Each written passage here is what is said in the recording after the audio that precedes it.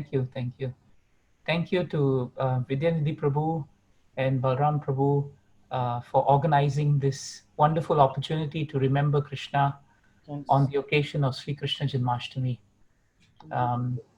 Just somehow by technology, we are able to connect across vast expanses of land and sea. And we're all saving travel expenses that we can use for Krishna. So we're really happy today that we have a chance to spend time with Minneapolis as well as Milton. I think I had the opportunity to spend some time with Milton. I wish I could meet all of you again personally, but Krishna willing, let's see how it goes. You've all had very nice programs so far, and I believe the appearance of the Lord in the US is just a few hours away, whereas we have started our day here, and Janmashtami in Singapore, Malaysia, Australia will actually be on the 12th of August, which is today. And we have our other programs starting actually later today. So thank you for joining us. You must have been fasting and you must have been feasting, not in the sense of the usual feasting, but feasting on the remembrance of Krishna. This word feast and festival, they actually have the same meaning. And one thing that's really important is that whenever we speak about Krishna, it becomes actually like a festival. It is nicely stated in Srimad Bhagavatam 12:12:50. There Shukadeva Goswami is telling Parikshit Maharaj as he ends the 12th canto very soon. He tells him one very important point, because up to the 12th canto, you must remember that Parikshit Maharaj was actually fasting. He was fasting for 7 days. We all have been fasting, or some of us have just started fasting. And by the end of the day, our senses are really pushing us very often. So imagine Parikshit Maharaj fasting for 7 days. So how much his senses, must have caused him trouble, but how much he must have tolerated the senses. One cannot tolerate the difficulties of this material world unless you have higher taste. If you try to tolerate the miseries and challenges of this material world in an artificial way, then that suppression actually doesn't help, because our consciousness is actually very troubled, even though externally we may appear to be tolerating. So the formula is given by Shukadeva Goswami in 12:12:50 of Srimad Bhagavatam. And there he says so nicely, Tadeva Ramyam Ruchiram Navam Navam Tadeva Shashvan Manaso Maho Sadvam Tadeva Shokar Navashoshanam Rinam Yat Uttama Shloka Yasho Anugiyate. So this is nice. Shukadeva Goswami uses the word Maha Utsavam, and Krishna Janmashtami is really Maha Utsavam. And he says to the king, my dear King Parikshit Maharaj, all the words that we have used in Bhagavatam, these words that we have used have only been used to describe the glories of Krishna. And he is the all-famous Supreme Personality of Godhead. So therefore, the words that we have used describing his glories, they are very attractive, they are very relishable, and they are ever fresh. Navam Navam. So no matter how many times we discuss Janmashtami, no matter how many times we talk about the appearance of the Lord, no matter how many times we remember the prison scene, it is never, oh, I've heard it before, and now, let's just go through the ritual of it. No. Every time we hear anything about Krishna, you can test yourself. Whatever words about Krishna always are very attractive. Whatever words about Krishna are very relishable. And whatever words about Krishna, they stay fresh, they never dull. And Shukadeva Goswami says, indeed, such words, are a perpetual festival for the mind. And not only are they a festival for the mind, this is a wonderful point that Shukadeva Goswami brings up, because the mind is the source of all our anxieties and trouble. And during Janmashtami, it is so important for us to inspect and introspect on how much of our mind is at the lotus feet of Krishna, how much of our consciousness is at the lotus feet of Krishna. Janmashtami means appearance of the Lord. And yet everyone will tell you, factually speaking, that Krishna is already in the heart. As Super Soul, Krishna is already in all our hearts. Therefore, he is present. So then what is the significance of Janmashtami? Because there's a difference between Krishna being present in our heart and Krishna appearing in our lives.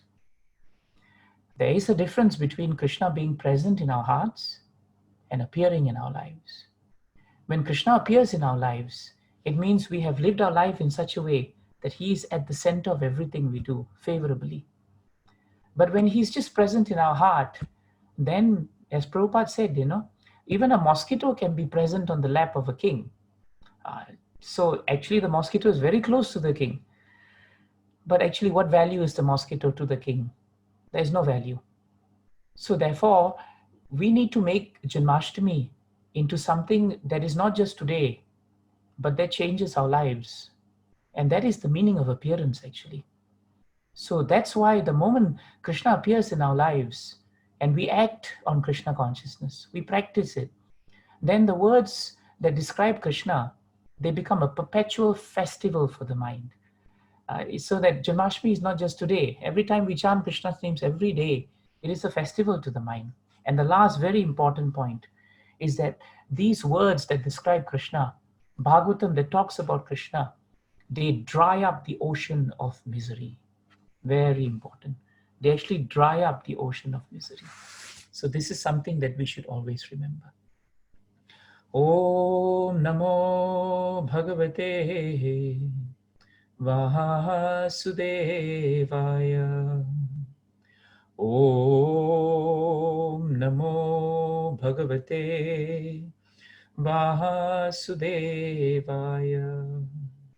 Om Namo Bhagavate Vasudevaya. When we remember Krishna on Janmashtami Day, we always remember his beautiful form. And that form, is so relishable to all the acharyas. His form is very nicely stated in Srimad Bhagavatam in the 10th canto, 21st chapter, 5th verse, 10:21:5. Barha pidam natavaravapuhu karnayo karnikaram. You inquire, others are able to hear. Vibradvasaha kanakakapisham vaijayantim chamala randran venur adhara sudaya purayan gopavrindai vrindaranyam swapadaramanam pravishat gita kirti. Shukadeva Goswami, in this very famous prayer, describes the beautiful form of Krishna. And this is how we should enshrine Krishna in our hearts, and this is how he appears in our hearts. Krishna wears a peacock feather ornament on his head. He has these blue karnikar flowers, that are on his ears. His garment that he wears is yellow, and it is as brilliant as gold, not just yellow. Krishna sports this beautiful garland known as the Vaijayanti garland. And Krishna exhibited his transcendental form as the greatest of dancers. Whenever he entered the forest of Vrindavan, he was the greatest of dancers. And when he entered the forest of Vrindavan became beautified by the marks of his footprints. And whenever he played his flute, he filled the holes of his flute with the nectar of his lips. And the cowherd boys and everyone else, they would just sing his glories. This is the greatness of Krishna. So today we want to just concentrate basically on the advent of Krishna, how Krishna came into this world actually. And actually we understand that Bhumi Devi was harassed by Kamsa. Kamsa, even though coming from a very exalted dynasty and the son of Ugrasena, and even though he was a member of the Yadu dynasty himself, he was filled with envy. He was filled with envy against any king or anyone who could become threatening to his greed for power. So this shows us a very important point in Krishna consciousness. It doesn't matter actually which family we are born in. We could be born in a very exalted family, but if our behavior is not aligned to Krishna and Bhagavatam, then being born in an exalted family is actually of no use. Kamsa is such a good example of that. He had so much good association actually. His father was Ugrasena, such a pious king. The dynasty was always very pious in nature. Bhagavatam speaks about the glories of so many kings from such a dynasty. And yet Kamsa was not the crest jewel of the dynasty because he had envy in his heart. So when there is envy in the heart, it's very difficult for Krishna to appear. And even when we are envious of Krishna, we are very often unfavorably disposed to him. That's why one of the most important ingredients of devotional service is that we should be favorably disposed to Krishna.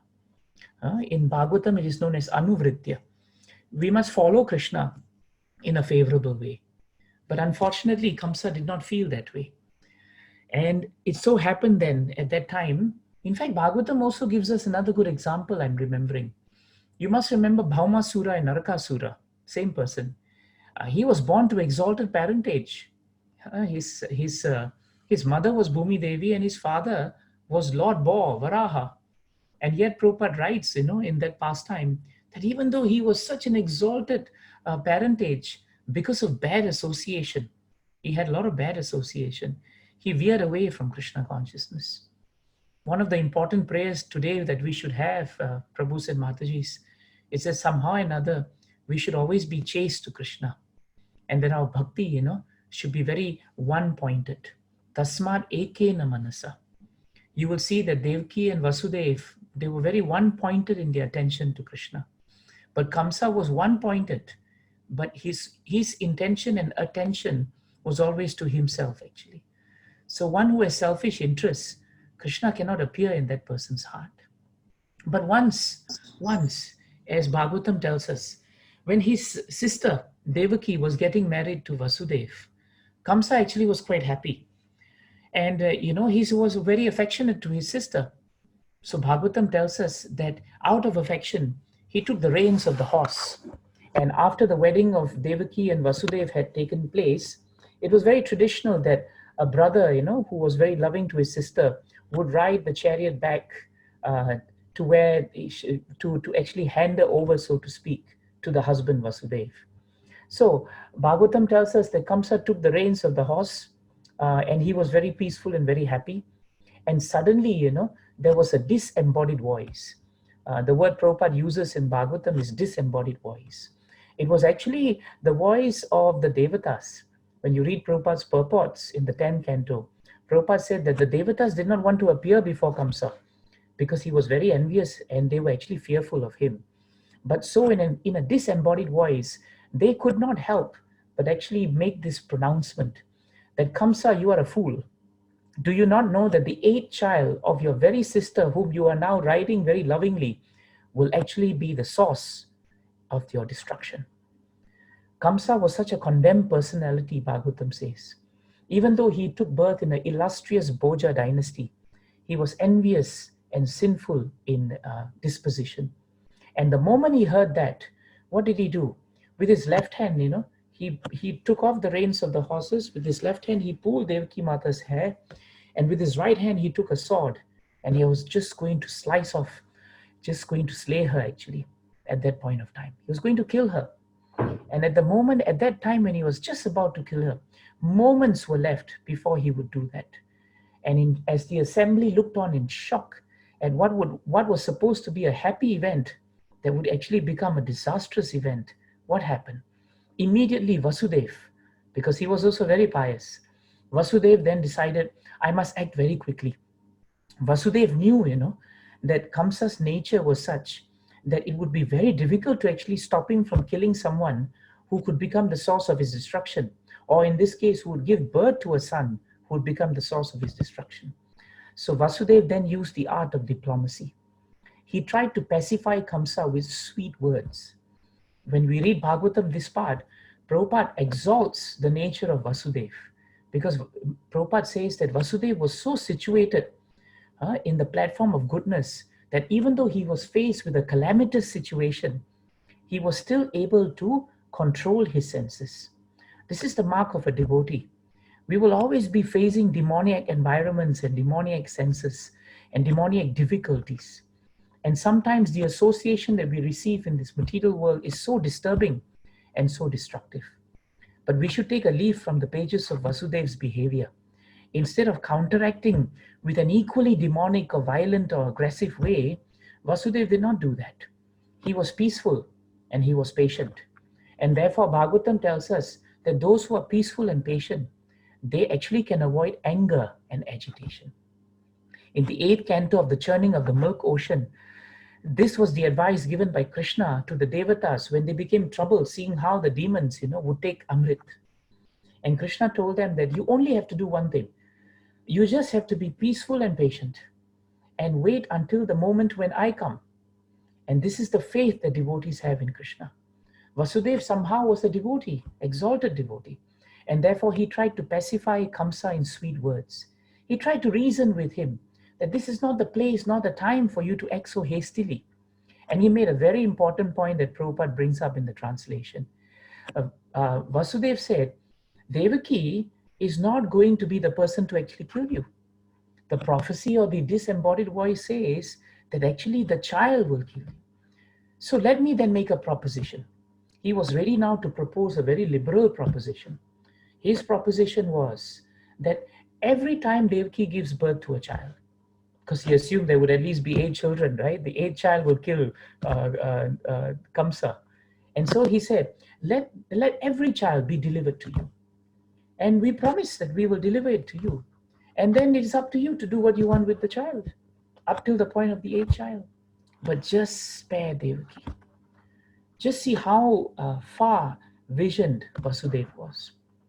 Prabhupada describes Vasudev's thinking very nicely. Vasudev thought if somehow Devaki could continue to exist, then we have a chance that the children, Kamsa may change his mind. And maybe, as Vasudev said now, if truly the Supreme Personality of Godhead is going to be born into our lives, then surely we should be prepared to receive him. Then Vasudev was ready to face whatever that was going to come, as long as he could facilitate the birth of the 8th child of Devaki. In other words, Vasudev had implicit faith that if Krishna wanted to appear and if Krishna wanted to destroy Kamsa, then no one could stop Krishna. And in that mood, Vasudev then presented this proposal. That's why Prabhupada also says that when a devotee falls at the feet of Krishna and is surrendered to Krishna, Dadami Buddhi Yogam Tam, quoting 10:10 of Srimad Bhagavad Gita, when those who are exclusively devoted to Krishna, when their lives are made in such a way that Krishna is just always appearing in their lives at every junction, and that is the true significance of Janmasthami, then Krishna himself gives them the understanding. He gives them Buddhi Yogam, intelligence, on how they should come to him, how they should worship him, and how they should live in this world actually. So then, when Vasudev said this, Kamsa became calmer.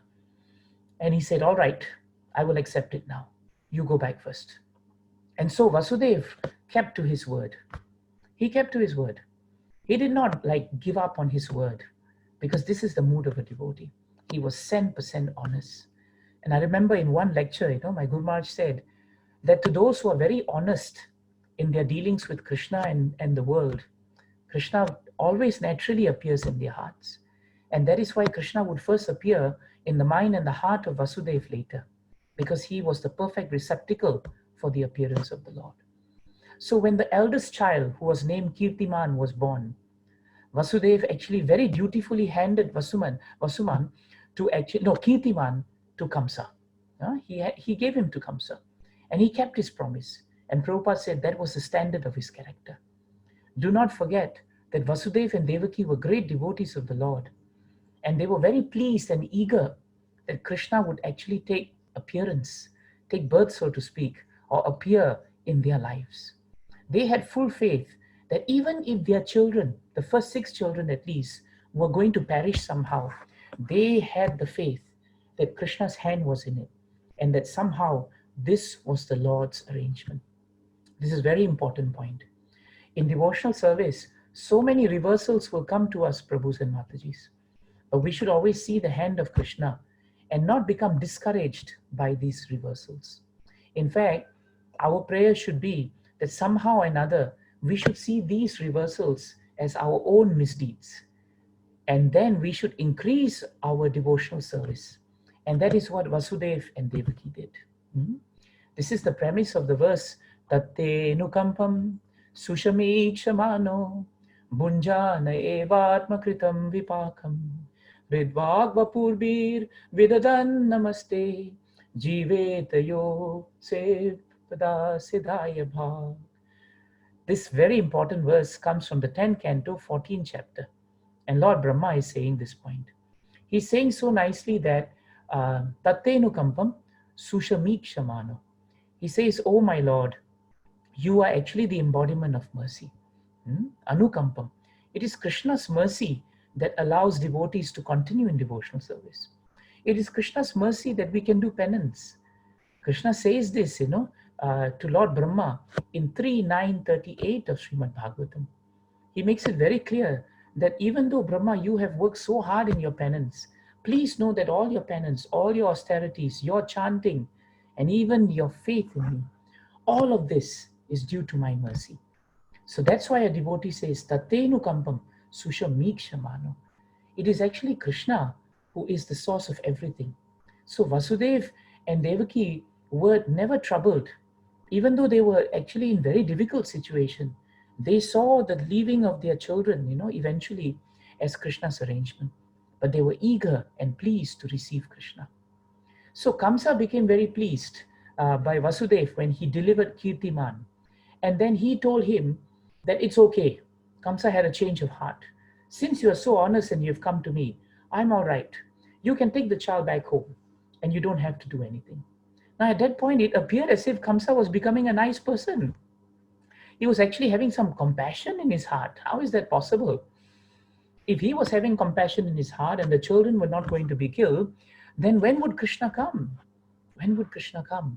So therefore, Narada Muni decided to hasten the appearance of the Lord. And Narada is the perfect instrument, in Krishna's hand. So Srila Prabhupada quotes Harivamsa, and he quotes Sridhar Swami and Veera Raghava Acharyas. And he says that Narada Muni then came to inform Kamsa. He came to meet Kamsa by providential arrangement. He came to the palace. Kamsa met him. And then Narada then said that, oh Kamsa, actually, it is already forecasted that you would be killed, because I had overheard a conversation between the Devatas and the Supreme Lord. And they had said how in previous life you were a powerful demon known as Kalanemi. And at that time also you were very, very envious of the Lord. And somehow you met your death at the hands of the Lord.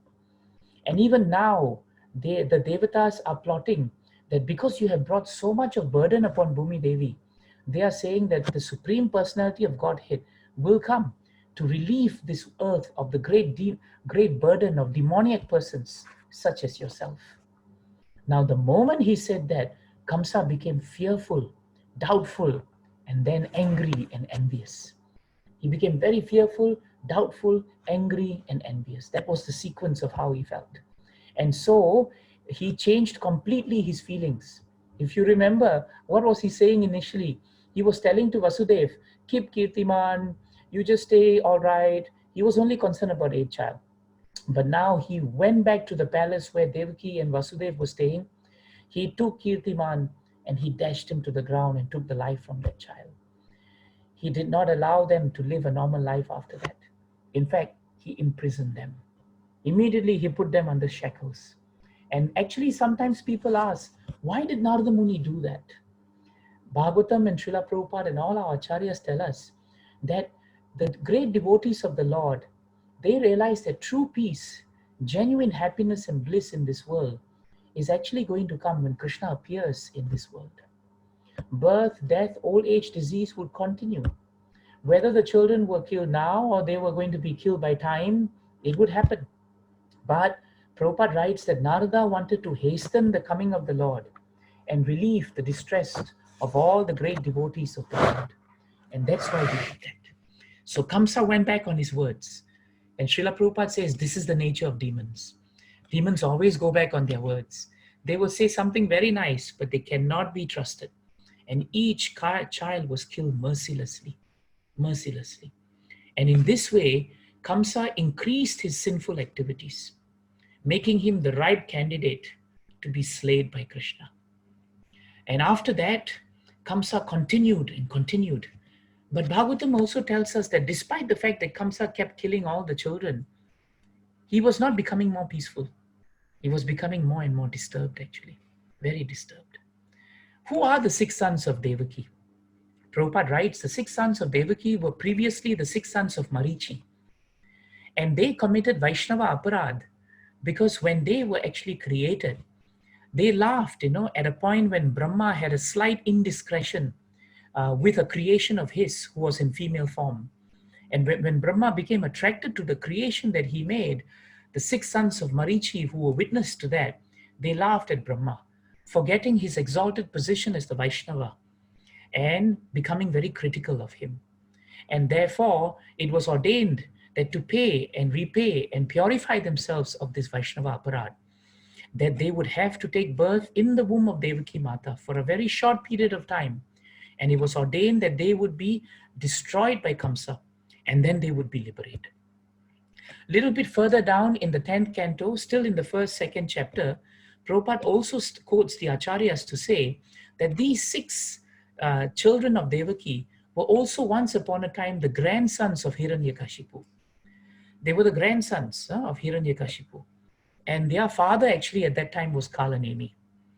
And actually, these 6 sons wanted to do austerities and penances to gain more boon, to become as powerful as their grandfather Hiranyakashipu.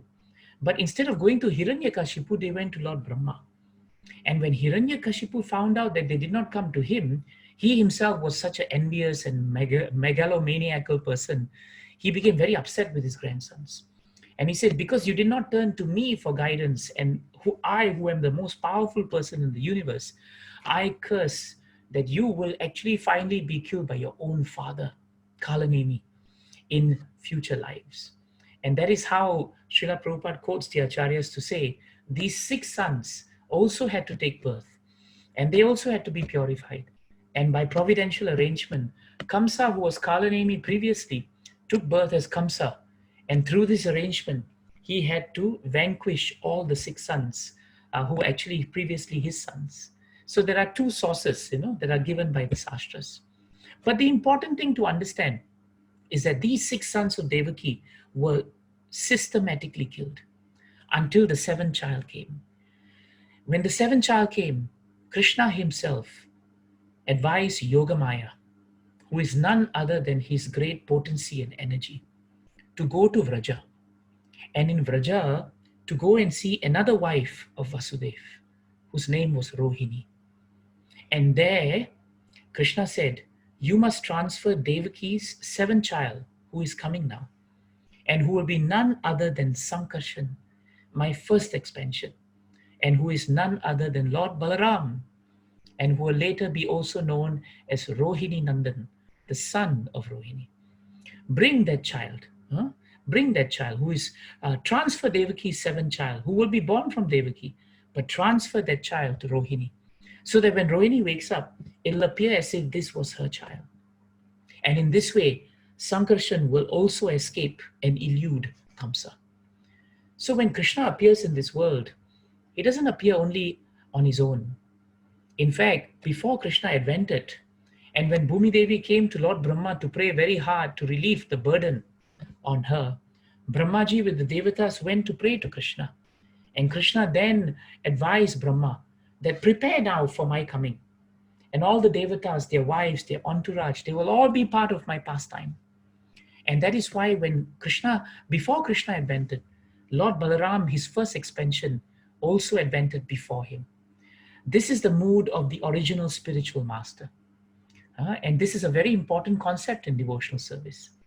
Lord Balaram's duty and his service to Krishna is so sweet. He always goes ahead and prepares the scene for Krishna's advent. He always prepares a nice bed for Krishna to lie down as Garbhodakasai Vishnu. He prepares kartals and mridangas when Chaitanya Mahaprabhu came into this world as Lord Nityananda. He is the original spiritual master because the spiritual master prepares the disciple to receive Krishna, especially on the occasion of Janmasthami.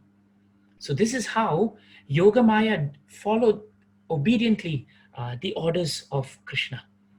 And as she did that, right, it appeared as if Devaki Mata, even though she had given birth to to Lord Balram, it appeared as if Devaki Mata had a miscarriage. Kamsa heard about it, and he was also very troubled. He could not understand how Devaki could have a miscarriage. And at that point of time, in the mysteries of creation, in the mysteries of the advent of the Lord, Kamsa was completely fooled. He was completely fooled. And Bhagavatam then tells us that now, after Lord Sankarshan was born, the entire womb of Devaki became very purified. The entire consciousness and the heart of Devaki became very purified because Lord Balram had come actually at that time. And because he had come and he had purified her womb, her heart, her consciousness, they were all ready to receive Krishna. So this is a very important point actually, that when the spiritual master comes into our lives and when we actually surrender to the spiritual master, then what happens? Then the spiritual master prepares us to actually receive Krishna. And that is why we must always remember that when Krishna appears into our lives, it is not an ordinary event. It is never an ordinary event. And this is something we should always remember. So, at the auspicious time, Bhagavatam tells us now, at the auspicious time for the appearance of the Lord came, many wonderful things happened. Many wonderful things happened. Bhagavatam tells us, that the entire universe became surcharged with all the qualities of goodness, beauty, and peace. This is a very nice point.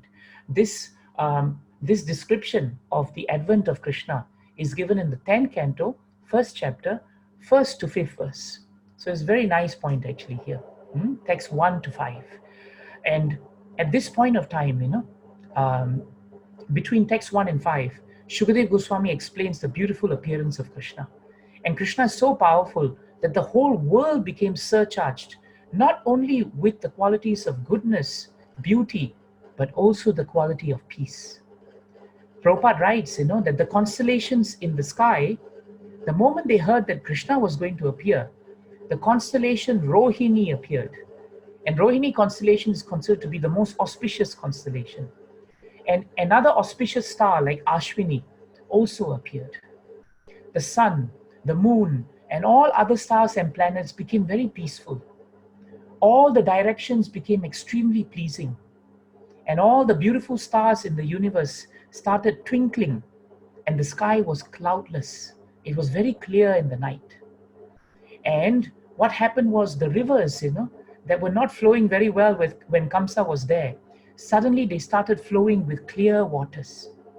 The earth, Bhumi Devi, started giving off a fragrance which was all auspicious. The trees, the green plants, all the beautiful flowers, they all started blooming. Prabhupada writes, that when Krishna was coming, it was not spring. It was actually autumn time. But even though it was not autumn, it was autumn time, spring actually came at the time when Krishna was adventing. Why? The lilies, the roses, they all became fully bloomed. Flowers were blooming, and birds, like cuckoos and parrots, they were chanting very beautifully. And the swarm of bees, they were actually making a beautiful droning sound. A pure breeze began to blow, pleasing the sense of touch and bearing of all the inhabitants of this world. And at that point of time, the Brahmanas, who engage in ritualistic ceremonies, for so long because of Kamsa, they could not ignite the fires of their Vedic principles. But the moment Krishna was going to appear, the fires of the Vedic rituals ignited themselves. So powerful, and they burn steadily, undisturbed by any breeze. And so this is the time Bhagavatam says, when Lord Vishnu, who is birthless, the Supreme Personality, was about to appear, the saints, the Brahmanas, who were all disturbed previously by Kamsa, they all felt peace. Where? Within the core of their hearts. Such a nice point. Within the core of their hearts. And at that point of time, what happened? The super soul of all living entities, who vanquishes fear in everyone, he entered into the mind of Vasudeva. This is the actual moment of the appearance of the Lord. How did Krishna come into this world? He entered into the mind of Vasudeva, because the mind of Vasudeva was the perfect seat of consciousness. Huh? And the mind of Vasudeva was in full opulence. Why was it in full opulence? Because Krishna came with all his opulences. That's why Bhagavatam refers to Krishna as Ashwarya Purna. Sat Ashwarya Purna. Wealth, strength, fame, knowledge, beauty, renunciation. Wherever Krishna goes, all these opulences go with him. And that is why when we take up devotional service, all these opulences become available for us to utilize for the pleasure of Krishna. That is the real meaning of Janmasthami. And so, the moment Krishna entered into the mind of Vasudeva, his mind became purified. And consciousness of the Lord awakened in the mind of Vasudeva. And then the Lord appeared. And therefore, Prabhupada says, Sri Krishna Janmashtami is the awakening of our consciousness. What is the awakening of this consciousness? It's the awakening of our consciousness to the supreme position of the Lord. That is the real reason why our consciousness should be awakened. Our consciousness should be revived to understand the Lord's supreme position and our subordinate servitorship eternally to him. And so now Vasudeva had received Krishna in his mind. So what did he do after that? He then transferred Krishna into the core of his heart. How wonderful. He took Krishna from his mind and he seated him in the core of his heart. The heart, of a devotee is the core of all his sincerity and all the good qualities. When you tell someone, I'm telling you something and it's coming from my heart, with my heart I tell you, you know then that is an expression of sincerity.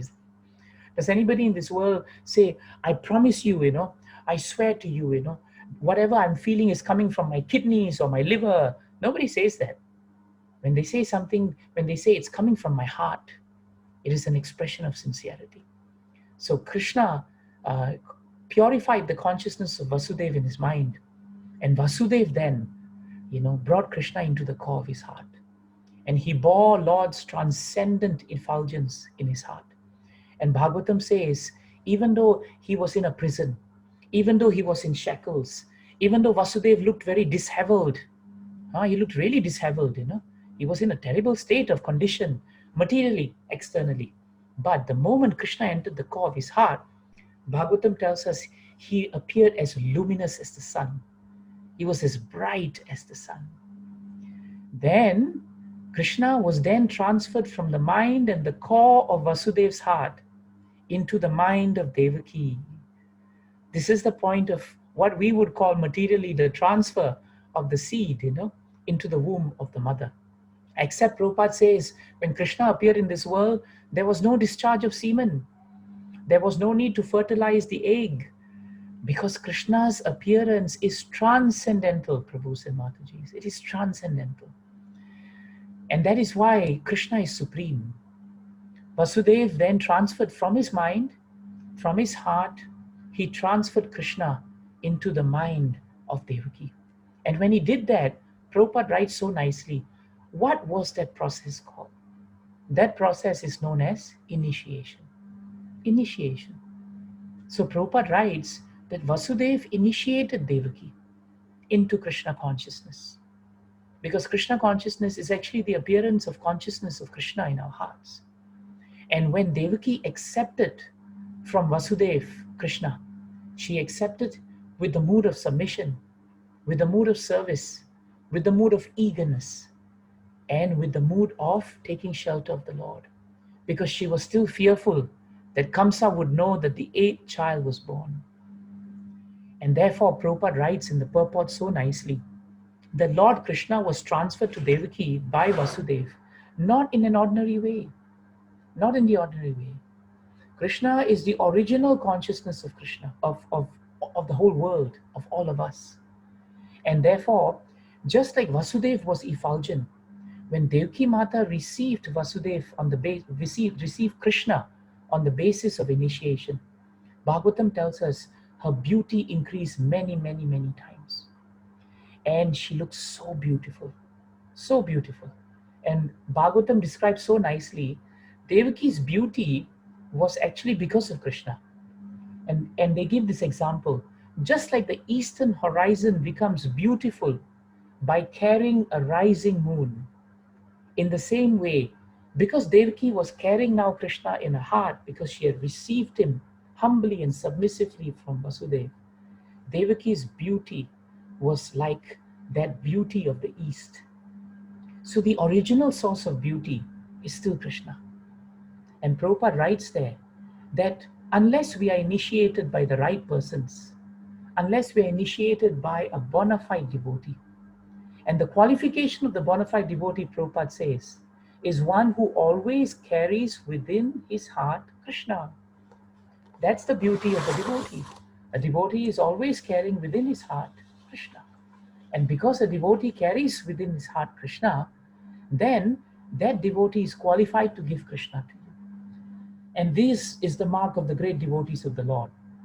I think in the 9th canto, 4th chapter, somewhere after the 57, 58 verse, maybe even 61 or 62, the mood of a devotee is given. Krishna advises Durvasa Muni, Sadhavo hridayo mayam, sadhunam hridayam tvam, mat anyat te na jananti, naham tebyo managapi. And the meaning is very beautiful. Bhagavatam tells us, Krishna tells Durvasa, my dear Durvasa, the pure devotee is always within the core of my heart. Imagine, inside the core of Krishna's heart. Why? And I am always in the heart of the pure devotee. So the pure devotee always has Krishna. My devotees do not know anything else but me, and I do not know anyone else but them. This is the standard of a pure devotee. And while Prabhupada is writing about the pure devotee Vasudeva, and while Srila Prabhupada is writing about the pure devotee Devaki Mata, let us not forget how pure devotee Srila Prabhupada is, and how through starting this Krishna consciousness movement throughout the world, he has actually delivered Krishna to us. He is the reason that Krishna has appeared in our lives. He is the reason why we can even understand something about Krishna. You know, I'm reminded in Leela there was a time, when Srila Prabhupada and the disciples went to a South Indian judge's house. He had invited them for prasadam, and he gifted Srila Prabhupada with a murti of Krishna, which Prabhupada liked very much. Little Saraswati was there actually, and Prabhupada started playing with her, and he gave her the murti of Krishna, like a doll, to play with. She was playing and playing and playing, and then suddenly Srila Prabhupada did something interesting. He suddenly took the deity of Krishna and he put it behind him. But Saraswati didn't see it. Suddenly Saraswati looked around in anxiety. Where's Krishna? Where's Krishna? And Srila Prabhupada played along. Oh, Saraswati, where's Krishna? Where's Krishna? And all the disciples of Prabhupada, the devotees there, they also said, where is Krishna? Where is Krishna? And now Saraswati was close to tears. And then one devotee asked a very pertinent question. Instead of asking, where's Krishna? He asked a very nice question. Saraswati, who has Krishna? And the moment she heard who has Krishna, the dynamics changed, She immediately looked at Srila Prabhupada, she pointed at him, and she said, Srila Prabhupada has Krishna. And Srila Prabhupada took from behind him this beautiful murti of Krishna, and he just gave it to Saraswati. And the devotees right, there, they all witnessed that event. And they said it seemed like a playful exchange.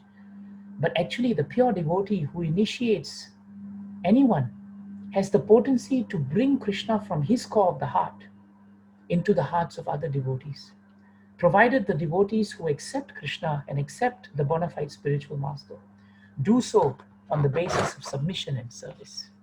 And that is why Vasudeva and Devaki were so dear to Krishna.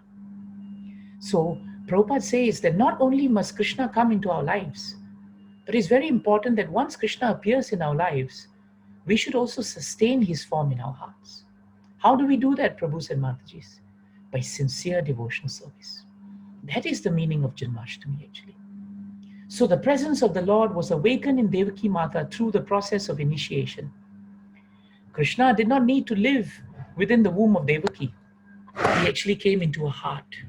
because the presence of himself in the core of his heart was sufficient to carry him actually. So please always remember that Krishna's appearance is never birth, because birth means death. Krishna's appearance is because of this, that he got transferred from the heart, from the mind of Vasudeva to the heart, and from the heart to the heart of Devaki. It is only later when Devaki became beautiful and her womb, so to speak, became purified, because Krishna was now within the core of his heart. And Prabhupada ends this part of the chapter on Krishna by saying that this entire affair of the advent and appearance of Krishna was a heart-to-heart transaction. He's quoting Sri Veera Raghava Acharya and saying that it was a heart-to-heart transaction. How beautiful that is. And that is what we should take back with us on Janmasthami. When we look at the forms of the deities, we should never do this in the form of ceremonial, ritualistic fashion. So much is emphasized that it must come from the heart. Because devotional service, relationships between Vaishnavas, glorification of the Lord, it's all through heart-to-heart transaction. So Devaki became glowing, jubilant, pure, and smiling. She couldn't help herself. Even though she knew that Kamsa was going to come now, she couldn't help herself.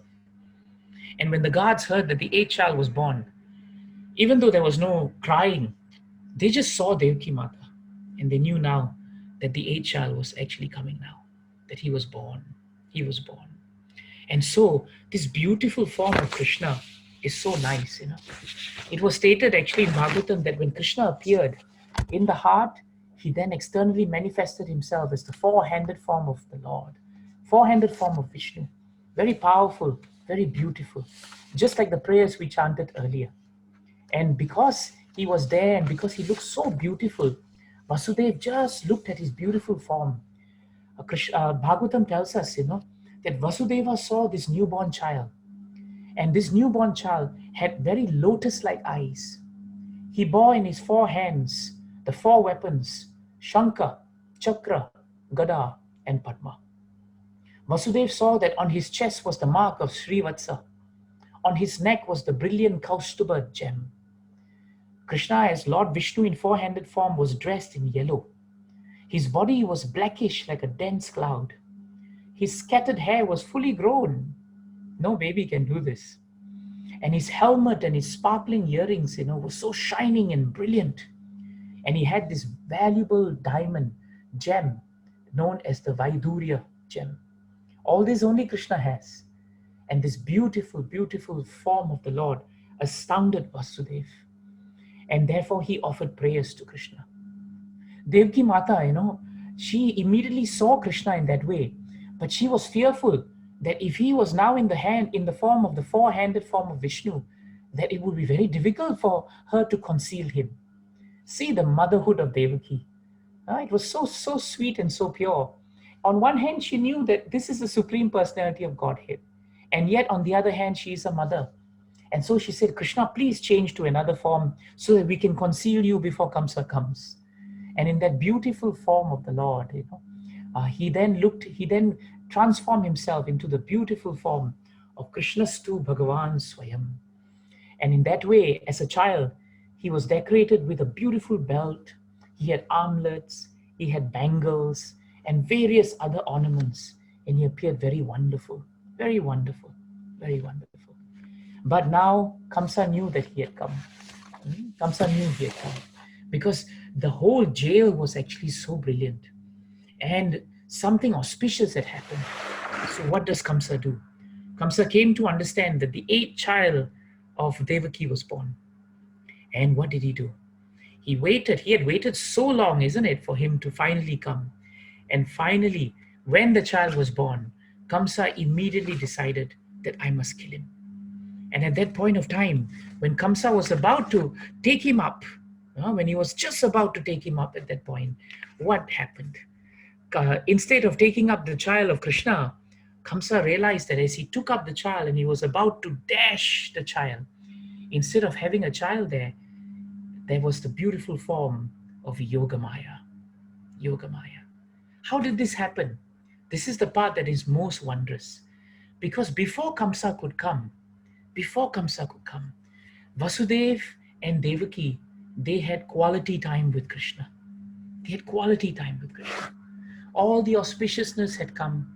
Krishna appeared already in the heart.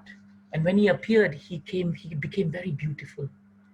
Now, at this point of time, we must understand before Kamsa came to do that event, which seems so amazing, it is Vasudev's reaction and Devaki Mata's reaction and Krishna's reaction to his own birth, to his own advent, to his own appearance that is very instructive for us as devotees.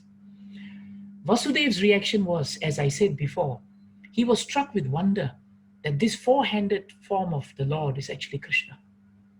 And Bhagavatam tells us, the moment Krishna appeared and he saw that Krishna was the Supreme Personality of Godhead, Vasudev became fearless. He was not afraid. His fearlessness was strong because the four-handed form of Vishnu was Vasudev's worshipable deity all this time. And when he saw the form of the Lord, immediately he thought, what can I offer to Krishna? I don't have anything. I have shackles, nothing to give him. And mentally, Bhagavatam tells us, he offered 10,000 cows, and Brahmanas were there in his mind. And he offered 10,000 cows to the Brahmanas. Why did he do this? Prabhupada writes he did this because of a mood of gratitude. And this is the mood we should have when Krishna appears in our lives. Every day can be Janmasthami if it is premised on the ground of gratitude.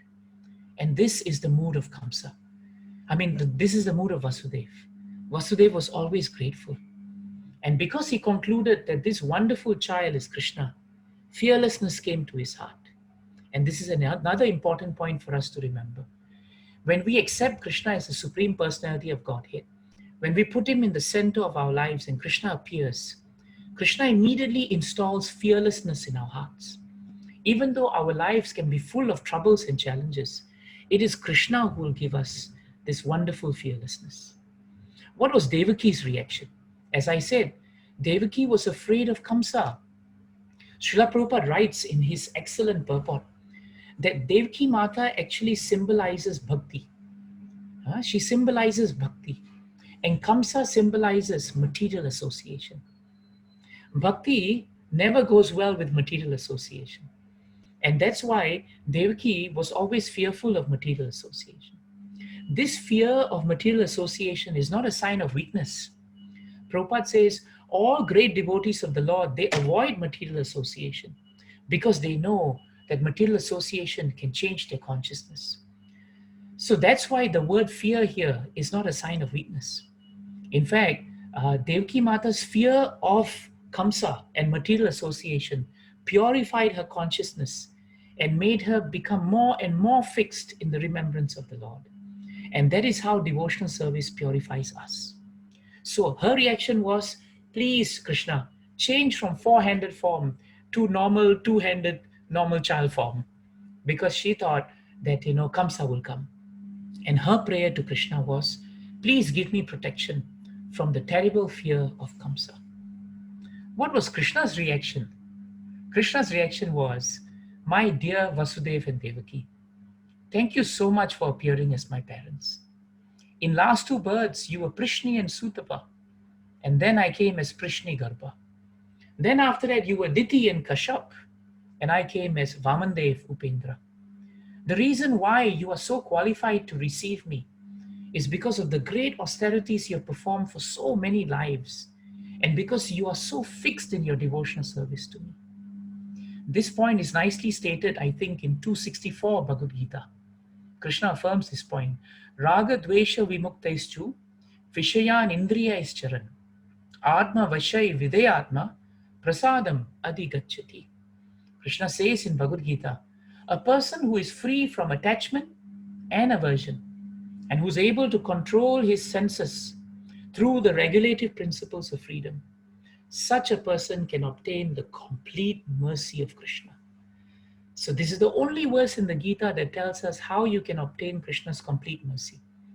And how can you obtain it? We must become free of dualities. In other words, nothing in this world is bad or good. as long it can be used for Krishna. And that is why Devaki and Vasudev didn't feel bad that they were in the prison. They didn't feel bad that why do we have to become the receptacles of Krishna in such terrible circumstances? They were not averse to it, neither were they attracted to whatever they had. Why? Because their senses were controlled after years and years and years of austerity to please Krishna. First as Prishni and Sutapa, and then Diti and Kashyap. So Krishna said, I'm so attracted to your great austerity and control of your senses. I'm so attracted to your lack of attraction and aversion to this material world. And therefore, after 12,000 celestial years, I took birth as Prishni Garbha, and later as Diti and Kashyap. And now, with great faith, devotion, and austerity, you have worshipped me. And now I'm appearing in your lives also. Such a nice point given by Krishna. And so now what happens? Vasudev, inspired by Krishna, then following the directions of the Lord, what did he do? He decided that he will become delivery man. By the grace of Krishna and direction of Krishna, what happened? Yogamaya then decided, by Krishna's mercy, that this entire area, the entire prison area, became subdued by sleep. This sleep was so powerful that the prison guards fell asleep. They all fell asleep. The palace, everybody became very peaceful, and it appeared as if they were also falling asleep. By Krishna's order, Yogamaya then took birth as the daughter of the wife of Nanda Maharaj. So all the doorkeepers fell asleep. Vasudev then appeared with Krishna, and he put the child, into a basket. Vasudev was thinking, how am I going to come out here and transfer Krishna now, as directed by the Lord, all the way to Mathura, into the hands of my dear friend Nanda Maharaj and his wife, Yashoda Mata. But you see, when one is ready to obey the commands and instructions of the Lord then provides what he lacks, and the Lord preserves what he has. Ananyas chintayantu mam, ye janaha paryupasate, nitya abhiyuktanam, yoga kshemam vahamya. 9:22 of Bhagavad Gita tells us this point so nicely. For those who are exclusively devoted to Krishna, very important, those who are exclusively devoted to Krishna, like Vasudev and Devaki, whatever obstacles that they had before them, Mad Prasada Tarisyasi. Mad Prasada Tarisyasi means by Krishna's grace, they could cross. And therefore, when Vasudev got up to carry baby Krishna, all the locks, all the chains, all the shackles, they all just dropped. All the guards outside, they were sleeping. The door lock opened. Vasudev went out into the rain, and there was light rain coming down. And when light rain came down, he was fearful that baby Krishna, who was like a little child in the basket, he was fearful that the rain would actually disturb the Lord. This is the mood of a pure devotee. So Balaramji then came as Seshanag. And Prabhupada said, even though the rain was light, it was still the service rendered by Seshanag to ensure that both Vasudev and his boy, the Supreme Personality of Godhead Krishna, would be sheltered from the rain. Now the Yamuna river had been spat, but as Vasudev was thinking how to cross, when she saw that Krishna was in the hands of a pure devotee, she herself devotionally parted for the Lord. And therefore, Vasudev could walk very freely, unimpeded by the grace of Krishna. All impediments, Sarva Durgani, Mad Prasada Tarisyasi, they all went. And he brought Krishna to the house of Nanda Maharaj, placed Krishna on the bed with Yashoda Mata, and then he took the daughter that was there, was actually Yogamaya, and took this daughter to the prison. And the moment he entered the prison, everything went to normal. Mother Yamuna came back, the prison guards woke up, and Vasudev appeared to be in shackles. Kamsa became alerted on the birth of the child. Devaki Mata pleaded with him, and this plea of Devaki Mata was so nice, It was so nice because Devaki Mata's compassion shows. Prabhupada says that Devaki Mata asked her brother Kamsa, please, this is a female child. Already you cannot kill child as an exalted king. And then you're going to kill a female child. think, Kamsa, before you do this. But Kamsa, it just fell on deaf ears. When we are envious, we become very offensive. And even the things we should not do, we end up doing. How can Krishna, who is factually situated in our heart, then appear in our lives? It's not possible. So therefore, Kamsa took up the child in his hands. But Bhagavatam tells us the child slipped from his hands. And in front of him appeared the effulgent form of Yogamaya in her form as Durga. And she laughed. And in a very superior way, she turned to Kamsa and said, Kamsa, you are a fool. Thinking that you have planned all this so that you can actually destroy the Supreme Personality of Godhead. Know that your destroyer has already taken birth. And he has taken birth elsewhere.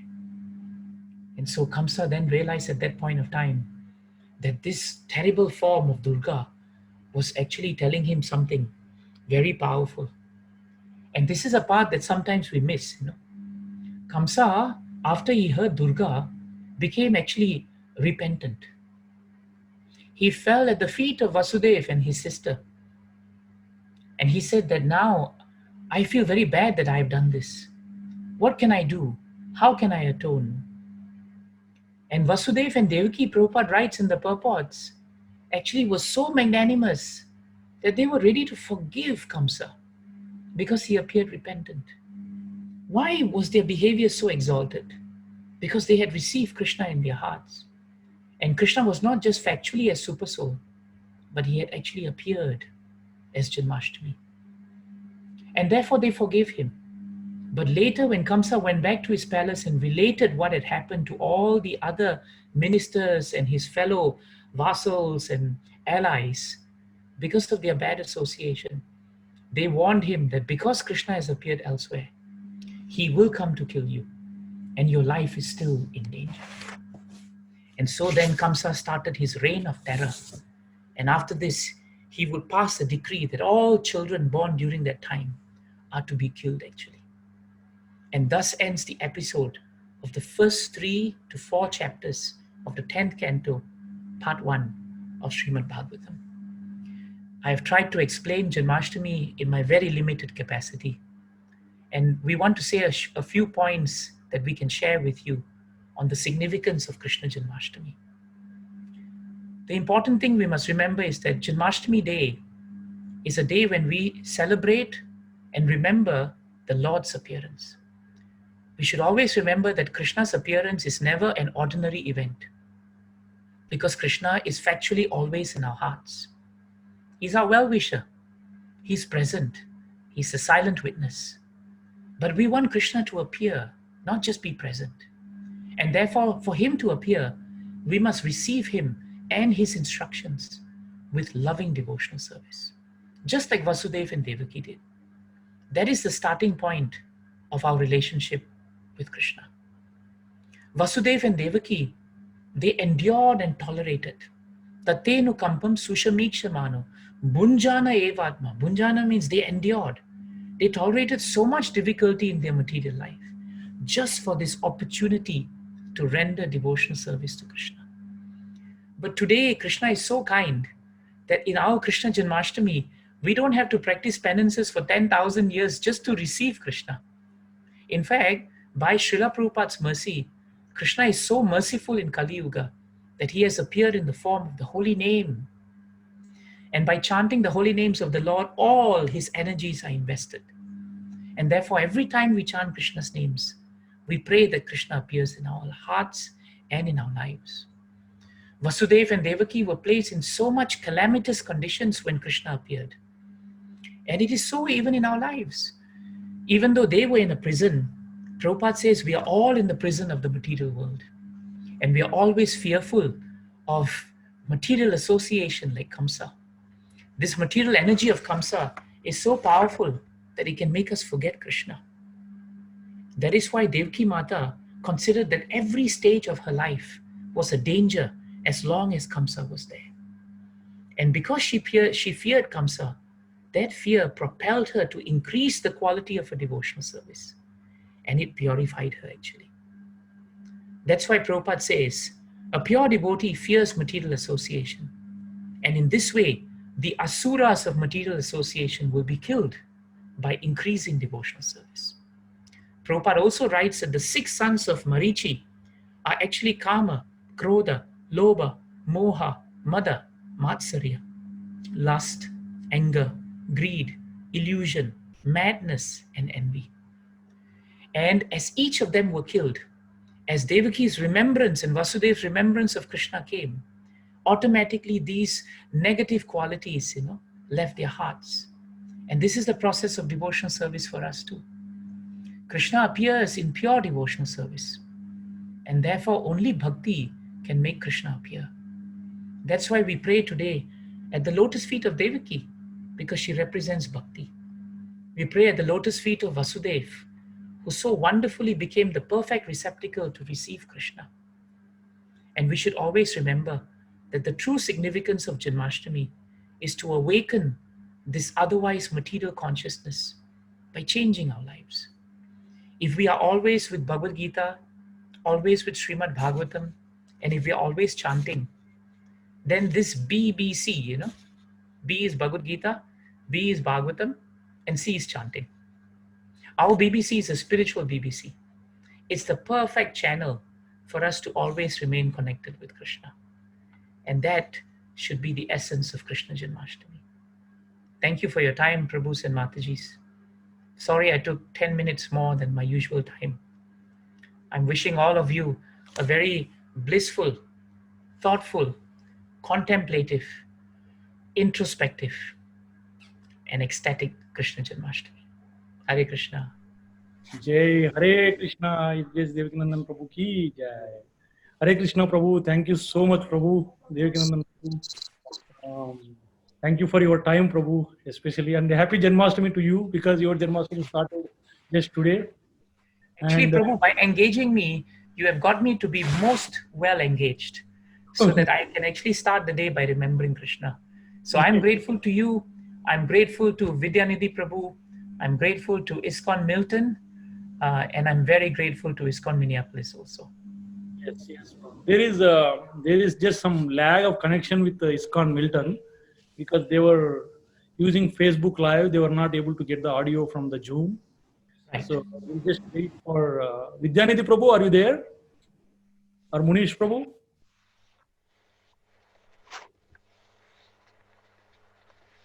Hare Krishna. Munish Prabhu, can you please unmute? Hare Krishna. Vidyanidhi Prabhu. There was some technical problem, Prabhu. But I hope, if it's recorded well, I hope they can hear it. No, they were able to hear after 5 minutes.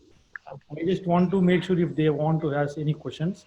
Sure. Meanwhile, devotees from Minneapolis, if anyone would like to ask any questions, please go ahead now. Hare Krishna. Hare Krishna, Vidyanidhi Prabhu. Hari Bol. We can hear you. Hare Krishna. Thank you, Devaki Prabhu. It was a wonderful class. We missed due to some technical issues, we missed the first 10 minutes part. Not to worry, Prabhu. Yeah. I'm sure it's there, The first 10 minutes was actually basically speaking about the glories of Krishna and the beautiful form of Krishna. So that's something that we should always remember. For ISKCON Milton, Vidyanidhi Prabhu, for ISKCON Milton and for everyone, the beautiful form of Krishna has been given to us by the father of devotional service, Rupa Goswami. And he tells us Krishna is so mesmerizing that he actually gives us a very strange advice. In Nectar of Devotion, he says, Smeram Bangitraya Parichitam Sachi Vishtirna Drishtim Vamsi Nyasta Adara Kilashayam Ujvalam Chandrakena Govindam Makyam Hari Tanumitaha Keshi Tirtha Upakante Ma Prekshita Stavayadi Sakhe Bandhu Sange Astiranga. My dear friend, if you are really attached to worldly friends, to your society, to love in this material world, then please don't look at the smiling face of Lord Govinda, who is standing by the banks of the Yamuna at Kesigat. Don't look at this boy who casts you sidelong glances and who is appearing very beautiful in his three-bended form. Please don't look at this boy who plays the flute on his lips, which are like newly blossomed twigs. And don't look at this boy who has this transcendental effulgence and he appears very bright in the moonlight.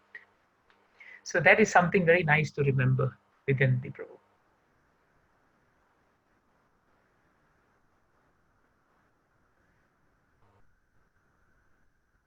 Hare Krishna, Vidyanidhi Prabhu. If you have any questions, otherwise, Prabhu has a sequence of lectures today. He has to give.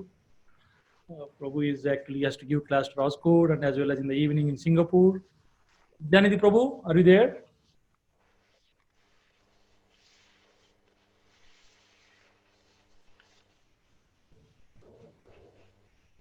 Hare Krishna.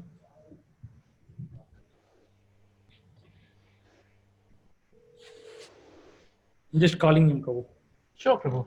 Don't worry. Prabhu, there is one question. I'm just posting it. Sure. There is one question by one kid.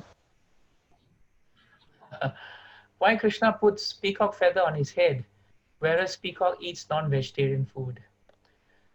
The simple answer to it is that the peacock that Krishna has and the peacocks that are found in Vrindavan are all very Krishna-conscious devotees. The peacocks that you see in this material world, like all of us, are a perverted reflection of the spiritual world. So when Krishna plays with the flute and he plays with his cows and the peacocks, these peacocks are from Vrindavan Dham. They are not touched by the contamination of this material world. And therefore, long before peacocks in this material world may have touched or consumed non-veg food, Krishna's dealings with the peacocks are from the spiritual world. And that's why the peacocks are dear to Krishna, because they are very beautiful. And the peacock feather is something that Krishna becomes very pleased with. It is a natural sign of beauty. So we should not mistake the workings of the practices of animals or things related to Krishna in this material world with that which is actually found in the spiritual world.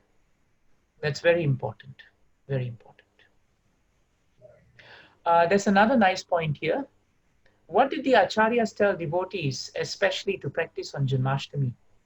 And how do you carry it for the rest of the year? You carry the principle of Janmashtami for the rest of the year by following the principles given to us by our acharyas.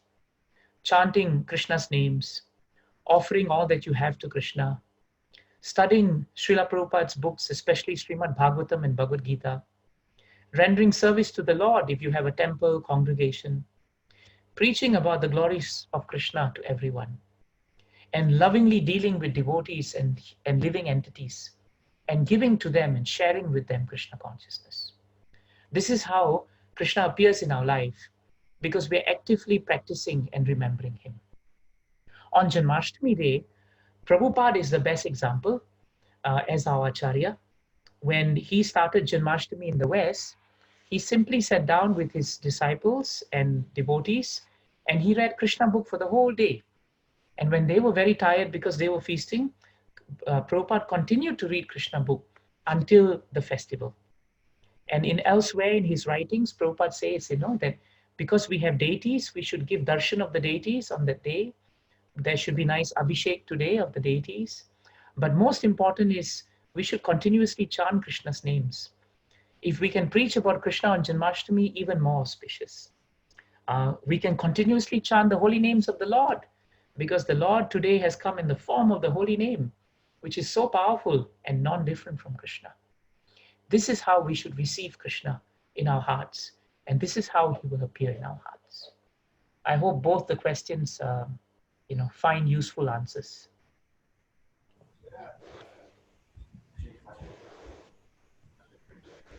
Hare Krishna, thank you so much, Prabhu. If Vidyanidhi Prabhu has any further questions, otherwise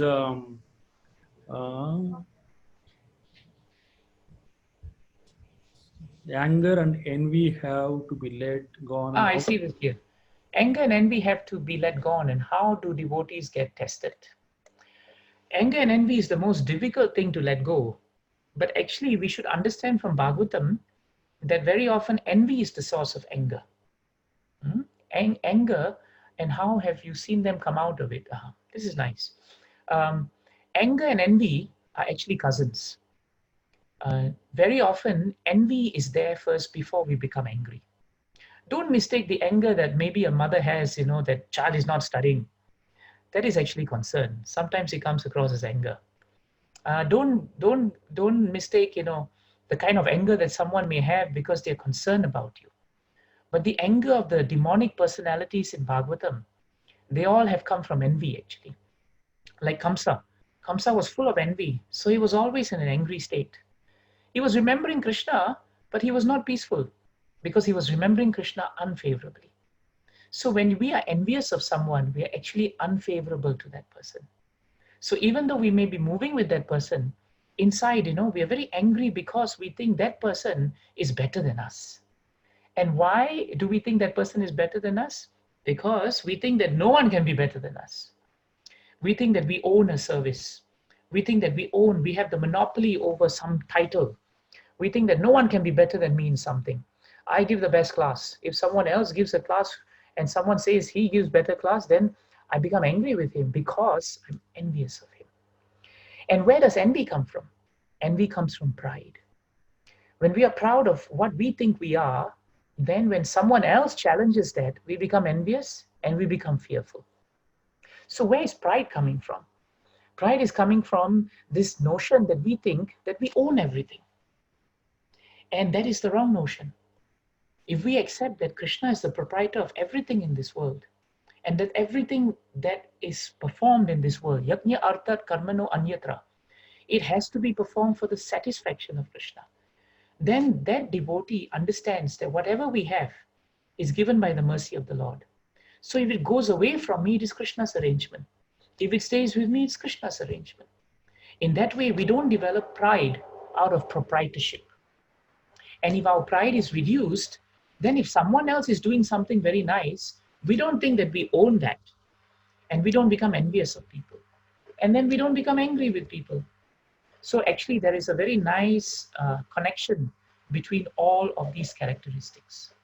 Devotees are always tested, but because they are fixed in devotional service, even if some envy is in the heart, that envy can be driven out on the basis of devotional service. So that's a very important point. Again, Prabhu, if you're asking that question, the solution to coming out of envy, pride, anger, proprietorship is to accept Krishna as Supreme Personality of Godhead on the basis of sincere devotional service. There's another question here. There is spiritual significance of fasting on Ekadashi, but what's the spiritual significance of fasting on non-Ekadashi days like today? The reason why we fast on days like Krishna Janmasthami and Acharya's disappearance day is because when one fasts, then what happens is the effect of fasting is that you regulate your senses and you control your senses. When we regulate our senses and we control and withdraw our senses from external sense gratification, then actually in that austerity, Krishna becomes very pleased. And instead of wasting time eating on that day, Prabhupada said it's better using that time to do devotional service to remember Krishna. So you'll realize one thing about fasting. While Ekadashi fast is there, as a sign of respect and love, if such a great personality as Krishna is appearing, should we not purify ourselves? And the best purification Vedically, is purification of the mind, consciousness. But that purification is assisted by all our senses not engaging in anything outward. Therefore, we don't eat. We don't engage in any other activities which are material. So fasting is not just not eating. Fasting is deeper than that. It means all our senses, like a tortoise withdraws his senses to concentrate on Krishna. On Janmashtami and other appearances days, we pull all our senses in and we divert our senses. We use our senses for the glorification of Krishna.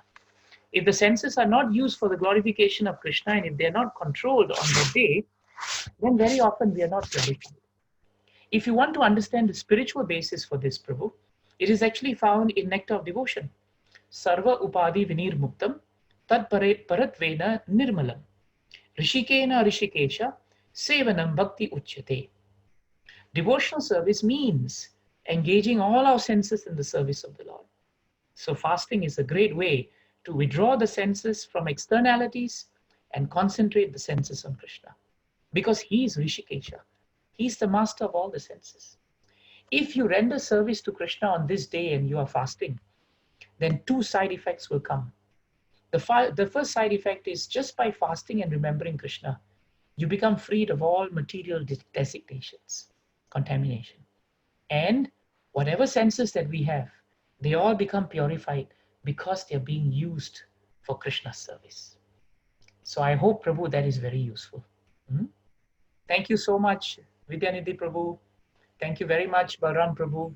Thank you to all of you who have taken time and trouble to be here. May Krishna and may Srila Prabhupada bless you with pure devotional service. And thank you so much for giving me your association and for engaging me. Hare Thank Krishna.